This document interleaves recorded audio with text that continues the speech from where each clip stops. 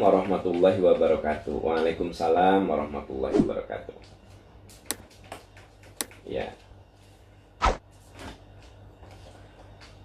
Pak Am, semoga Ustadz dan keluarga selalu dalam lindungan Allah Subhanahu wa taala. Amin ya rabbal alamin. Terima kasih untuk doanya.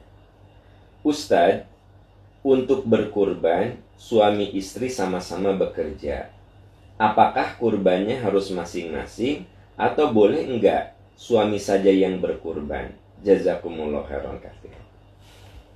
Kurban itu kategorinya sebagai anjuran, kata Nabi, man kana lahu sa'atan. Siapa yang memiliki sa'atan, keleluasaan. Tentu saja keleluasaan harta. Falam yudhahi, tapi dia tidak berkurban, fala yaqrabanna musallana. Jangan dekat-dekat ke tempat sholat kami.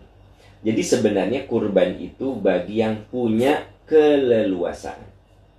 Kalau ibu bekerja, suami ibu bekerja, ya afdol kalau ibu berkurban, suami berkurban. Karena apa? Anda berdua punya keleluasaan, ya. Tapi kalau dananya terbatas, cukup satu keluarga itu 1 ekor kambing. Kalau mampu. Kalau tidak mampu, ya jangan memaksakan.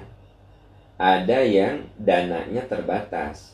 Ada uang untuk kuliah anak, tapi itu juga cukup untuk berkurban. Mana yang harus didahulukan? Ya, kuliah anak, biaya kuliah anak.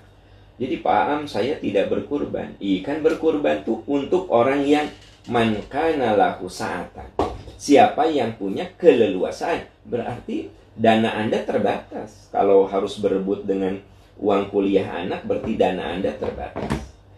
Kesimpulannya, sekiranya satu keluarga semuanya berkurban, ayah karena punya penghasilan dia berkurban, si ibu berkurban, anak-anaknya ternyata dia itu walaupun belum berpenghasilan menabung gitu. Jadi uang jajannya disisihkan untuk berkurban. Akhirnya satu keluarga di dalamnya ada 5 orang, 5-5-nya berkurban. Ya tentu saja itu suatu yang afdol. Karena apa? Merasa mereka punya keleluasaan. Tuh ya, kalau Anda bekerja, suami Anda bekerja, terus rezeki Anda berlimpah, ya apa susahnya Anda dan suami berkurban dua-duanya. Ya, wallahu a'lam bishawab. Pertanyaan berikutnya, Pak Aam, dalam upaya memperbaiki diri, ya, saya paham bahwa sebagai muslim lebih baik kita memiliki pendamping tempat belajar yang muslim. Tapi bila ilmu tentang kehidupan bisa didapatkan dari non-muslim, apakah mengurangi jihad kita? Misalnya ilmu tentang self-love, life coaching, dan seterusnya. Ya, prinsipnya Ibu, yang namanya belajar dari siapapun boleh. Anda belajar dari non-muslim tentang self-coaching, ya, tentang life coaching, self-love gitu kan, dari non-muslim. Ya selama di situ tidak ada ajaran-ajaran yang menyesatkan Anda, ya tidak ada masalah. Al-hikmatu dhalatul mu'min. Hikmah itu sesuatu yang bisa kita ambil. Hikmah itu sesuatu yang hilang dari diri kita. Dan yang namanya hikmah itu seperti barang berharga. Kalau ibu melihat berlian ada di tempat sampah, apa yang ibu lakukan? Ya ibu ambil, bersihkan dari kotoran. Ya enggak? Nah sekarang Anda mendapatkan ilmu dari non-muslim. Tidak ada kaitan dengan agama. Misalnya Anda belajar leadership, Anda belajar bagaimana memanage tim, bagaimana Anda mencoba dilatih untuk belajar memahami satu persoalan, mencintai sesuatu. Sama sekali tidak bawa-bawa agama. Murni sebuah skill yang diajarkan kepada Anda, ya tentu tidak ada masalah. Itu sebabnya tidak ada masalah kita belajar ke negeri kafir ya, untuk belajar fisika, kimia, matematika yang sama sekali tidak ada kaitan dengan ideologi keimanan kita, tidak merusak keimanan kita, terus apa masalahnya? Tidak ada masalah, gitu loh, ya. Nah, hanya ada juga yang paham, boleh nggak saya belajar Injil? Saya cuma nanya, kamu Quran udah kuasai belum? Baca Quran saja masih belepotan, baca Quran saja jarang, Anda mau membandingkan dengan Injil.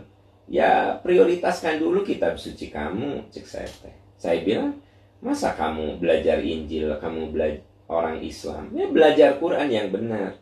Pahami isi Quran yang benar. Nah, nanti baru namanya studi komparatif itu salah satunya sudah dikuasai. Ini Quran belum dikuasai, Islam belum dikuasai, kemudian ya sok-sokan studi komparatif apa? Yang namanya studi komparatif itu dilakukan oleh orang yang pakar di bidangnya. Berarti satu sudah dia kuasai, itu namanya studi komparatif. Studi banding, ya. Nah, jadi kalau yang Anda tanyakan itu skill, ya, belajar dari non-muslim tidak ada masalah. Tapi kalau sudah belajar agama, untuk apa Anda belajar Islam kepada non-muslim? Ya nggak sih? Untuk apa Anda belajar Injil padahal Anda belum memahami isi Quran? Nah, itu paling yang harus dikritisi. Wallahu a'lam bishawab. Ya, kita beralih ke pertanyaan berikutnya. Assalamualaikum Pak Am. Waalaikumsalam warahmatullahi wabarakatuh. Saya sekeluarga perempuan semua. Laki-lakinya hanya bapak dan satu kakak laki-laki. Sejak bapak saya meninggal, kakak saya yang laki-laki hampir tidak pernah lagi sholat berjamaah di masjid, hanya Jumatan saja. Kata dia, sama aja berjamaah di masjid, sama jadi imam di rumah untuk saya serta saudara perempuan lainnya.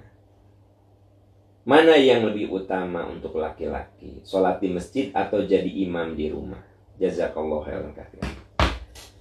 Ya, kalau berbicara prinsip hukum dasar, ya bagi laki-laki itu sholat yang paling utama berjamaah di masjid. Itu tak terbantahkan. Itu sudah muttafaq. Itu sudah disepakati bahwa bagi laki-laki itu yang afdol adalah sholat berjamaah di masjid. Nah, kalau kakak Anda ingin jadi imam, ya Anda dan anak perempuan, ya bisa ditangguhkan sholatnya 10-15 menit. Caranya bagaimana?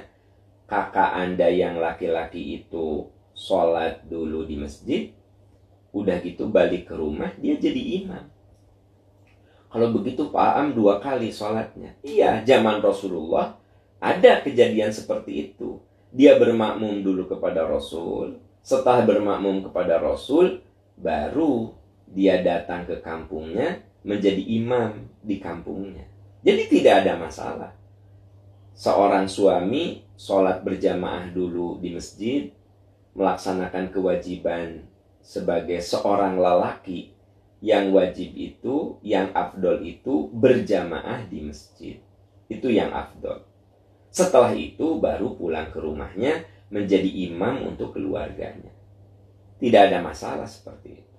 Ya, tapi kalau kekeh, saya mah mau sholatnya di rumah, jadi imam di rumah. Sholatnya sah tidak? Sah sholatnya. Sah sholatnya.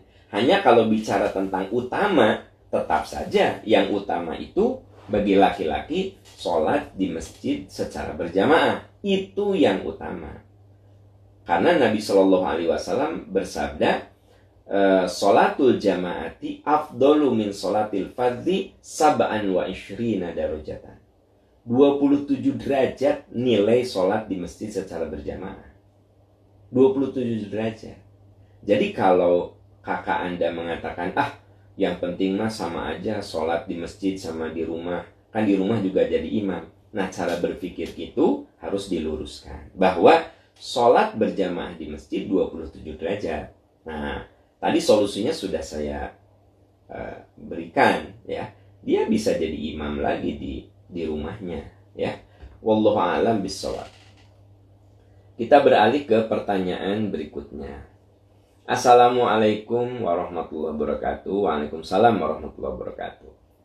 Kalau kita sedang sholat, apakah bacaannya boleh dibaca dalam hati sehingga mulut kita tertutup, bahasa Sundanya balem, atau dibaca sambil mulutnya qomat kami?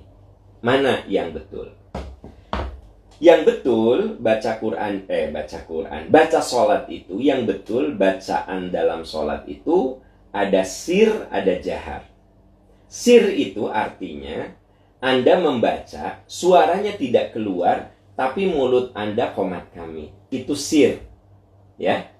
Nah, ada lagi jahar. Kalau jahar itu, suara Anda terdengar dengan jelas. Seperti maghrib, isya, subuh. Di 2 rakaat pertama, Anda jahar. Jadi terdengar.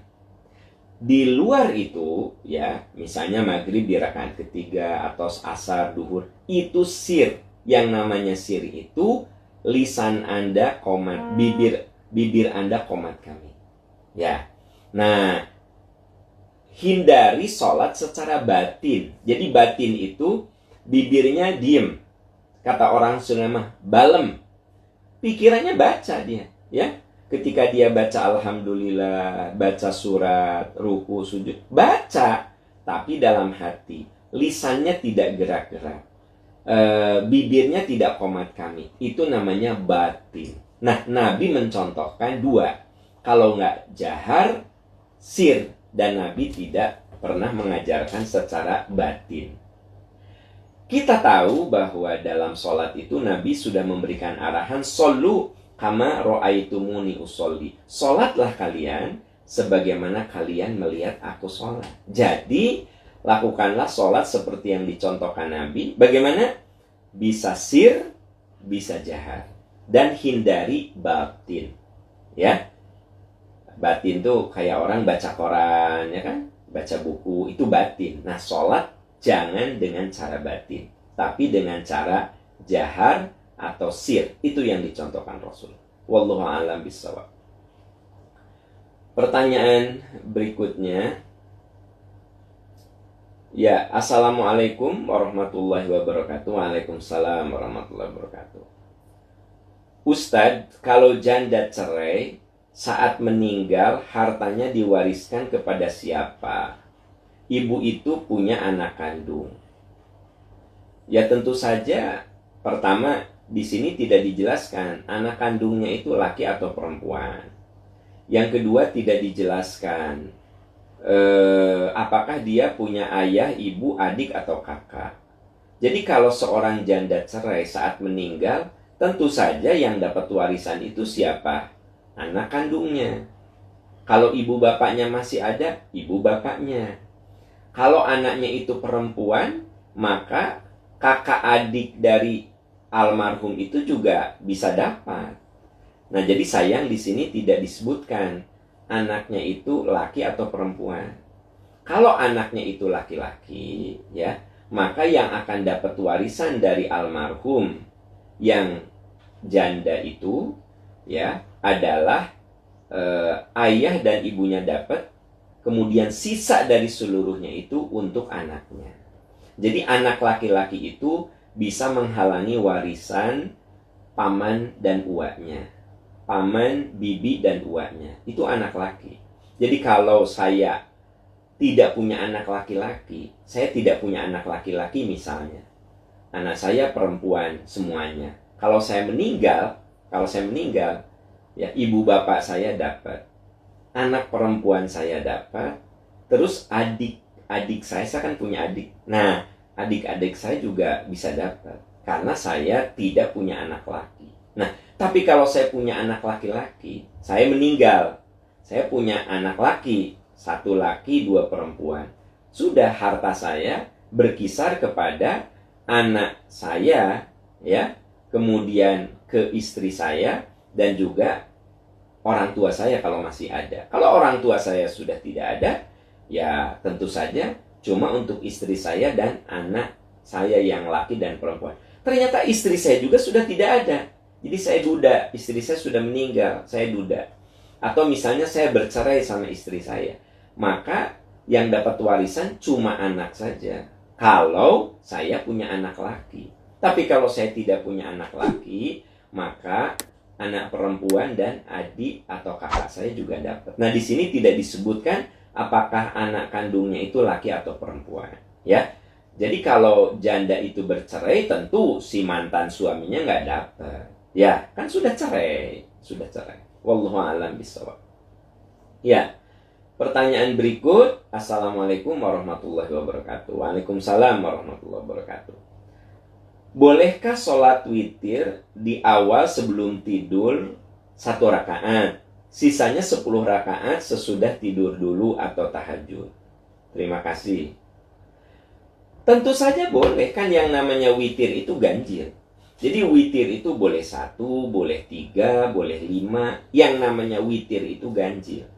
Anda sebelum tidur 1 rakaat. Witir 1 rakaat. Boleh tidak? Boleh. Ya.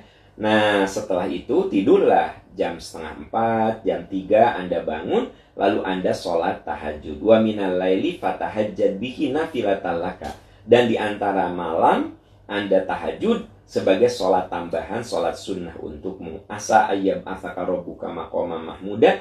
Semoga dengan cara begitu Allah akan memberikan kedudukan yang mulia kepada kamu. Nah, kalau Anda sebelum tidur cuma 1 rakaat, ya itu namanya witir.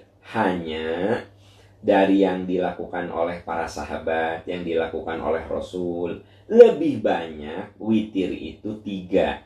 Lebih sering. Abu Bakar sebelum tidur beliau suka witir dulu 3. Nanti bangun baru 8 rakaat. Jadi kalau Anda bertanya boleh dan tidak, ya boleh saja. Kalau pertanyaannya boleh nggak Ustaz? Boleh, karena yang namanya witir itu ganjil, ya. Tapi kalau Anda ingin melihat kebiasaan para sahabat, ya, tentu saja sahabat ini punya kebiasaan karena melihat apa yang dilakukan Rasul. Maka lebih sering Nabi itu witirnya 3. Sahabat juga begitu, lebih sering 3, ya. Wallahu a'lam bishawab. Dan jangan lupa kalau 3 itu tidak pakai tahiyat awal. Seperti halnya kalau Anda tahajud 4, ya, itu juga tidak pakai tahiyat awal dan semua rakaatnya pakai surat. Itu yang membedakan antara sholat duhur, sholat asar dengan tahajud yang 4 apa? Tahajud yang 4 itu bacaannya semuanya dikeraskan, semuanya ada suratnya, ya, tapi tidak ada tahiyat awal. Apa bedanya maghrib dan witir? Kalau maghrib di rakaat ketiga tidak pakai surat dan ada tahiyat awal. Kalau witir semuanya pakai surat dan tidak ada tahiyat awal. Ya, dan tentu saja niatnya witir. Wallahu a'lam bishawab. Ya, kita bahas ke pertanyaan berikut. Assalamualaikum Ustadz. Waalaikumsalam warahmatullahi wabarakatuh. Mengenai doa dalam sujud terakhir sholat fardu, boleh nggak pakai bahasa Indonesia atau hati saja atau dijaharkan? Begini, pertama saya perlu luruskan, tidak harus sujud terakhir, ya. 1 tuh, orang suka bilang sujud terakhir. Tidak ada dalil sujud terakhir. Yang ada adalah di saat sujud. Aqrabu ma yakunul abdu min rabbihi wa huwa sajidun. Jarak terdekat antara seorang hamba dengan Tuhannya saat sujud. Fakthirud du'a. Perbanyak doa saat sujud. Gitu. Perbanyak doa saat sujud. Jadi yang kita perbanyak doa saat sujud. Sujud yang mana? Yang mana saja. Mau rakaat pertama, kedua, terakhir, terserah. Jadi kata-kata di sujud terakhir itu tidak ada di dalilnya. Di saat sujud. Sujud sholat apa? Sholat apa saja. Bisa sholat wajib, bisa sholat sunnah. Karena hadisnya juga fakthirud du'a fis sujud. Perbanyak doa saat kamu sujud. Sujud yang mana? Yang mana saja. Sholat yang mana? Sholat apa saja. Mau wajib, mau sunnah. Itu yang perlu saya klarifikasi. Yang kedua, doa itu ada 2. Ada doa ma'thurat, ada doa ghair ma'thurat. Doa ma'thurat itu doa yang redaksionalnya ada di Quran. Itu ma'thurat, ya. Saya pernah sampaikan pada rekan-rekan bahwa di Quran Al-Mu'asir, kalau Anda punya Quran Al-Mu'asir, itu di bagian akhirnya ada kumpulan doa dari Al-Quran. Semua doa yang ada di Quran itu disimpan di bagian terakhir, dikumpulkan supaya nggak susah. Misalnya doa agar kita diberi sahabat, diberi ilmu, diberi kenangan indah, jadi ahli surga. Ada misalnya di surat Asy-Syu'ara, ya. Nabi Ibrahim mengatakan Robbi habli hukman wa alhiqni bis-sholihin waj'alni lisana sidqin fil akhirin waj'alni min warathati jannatin na'im. Kalau Anda cari doa itu kan susah kalau se-Quran, tapi Anda kalau punya Quran namanya Al-Mu'asir itu gampang, tinggal cari aja di bagian akhir. Robbi habli hukman, ya Allah beri saya ilmu, wa alhiqni bis-sholihin, dekatkan saya dengan orang-orang soleh, waj'alni lisana sidqin fil akhirin, ya Allah jadikan saya bahan pembicaraan kalau saya sudah tidak ada, waj'alni min warathati jannatin na'im, ya Allah jadikan saya pewaris surga yang penuh kenikmatan. Nah itu namanya doa ma'thurah, ya. Adanya di Quran, atau ada juga doa yang ada di hadis. Misalnya Allahumma ja'al fi qalbi nuran, ya Allah berikan cahaya dalam hatiku, ya Allah berikan cahaya pada hatiku. Allahumma ja'al fi qalbi nuran wa fi sam'i nuran wa an yamini nuran wa an shimali nuran wa fawqi nuran wa tahti nuran wa ja'al li nuran, ya Allah berikan cahaya dalam hati saya, berikan cahaya pada mata dan telinga saya, berikan cahaya di depan, belakang, kiri, dan kanan saya, dan jadikan saya cahaya. Maksudnya apa? Kita minta dibimbing oleh Allah agar kita selalu berada dalam jalan yang terang, tidak dalam kegelapan. Makanya kita bilang, Allahumma ja'al fi qalbi nuran, ya Allah beri saya cahaya hatiku, mataku supaya aku bisa melihat kebaikan, pendengaranku supaya aku selalu bisa mendengar kebaikan. Nah itu contoh doa ma'thurat. Nah doa ma'thurat ini teman-teman bisa baca di buku saya, judulnya Doa Orang-Orang Sukses. Jadi ada buku yang saya tulis, Doa Orang-Orang Sukses. Nah itu ma'thurat, ada dari Quran, ada dari hadis. Nah ketika Anda sujud, dianjurkan doa ma'thurat, doa yang ada di Quran atau hadis. Ya tentu saja Anda perlu ada usaha untuk menghafalkannya, ya. Tapi kalau Anda belum hafal juga, Anda bisa buka teksnya, tapi di luar sholat tentu saja, ya. Nah, jadi tidak dianjurkan ketika sujud menggunakan bahasa-bahasa kita, ya. Tapi dianjurkan menggunakan doa yang ada di Quran atau hadis, namanya doa ma'thurat. Itu yang perlu diperhatikan, ya. Tapi kalau doa di luar sholat, teman-teman sekalian, doa di luar sholat, seperti yang dikatakan oleh Nabi, bahwa Nabi pernah ditanya, ya Rasulullah ayu du'ai asma, ya Rasulullah kapan doa yang paling bagus? Kata Nabi, fi duburis sholawatil maktubah, di setiap akhir sholat yang 5 waktu. Jadi kalau kita tidak hafal doa-doa yang ada di Quran dan hadis, kita bisa open, ya, bisa buka. Kan kalau ujian ada open book, nah seperti gitu, buka doa-doa itu Anda buka, Anda baca, ya. Nah kalau itu leluasa, bisa pakai bahasa Indonesia, bisa pakai bahasa Sunda, Anda bisa curhat apapun dengan bahasa yang Anda paham. Nah itu di akhir sholat setelah kita wirid zikir, sok isi dengan doa. Karena kata Nabi, di antara doa yang mustajab adalah fi duburis sholawatil maktubah, di setiap akhir sholat yang 5 waktu. Jadi biasakan kalau kita sudah sholat, sudah zikir selesai, zikir yang standar, subhanallah, alhamdulillah, Allahu akbar, dan semuanya beres.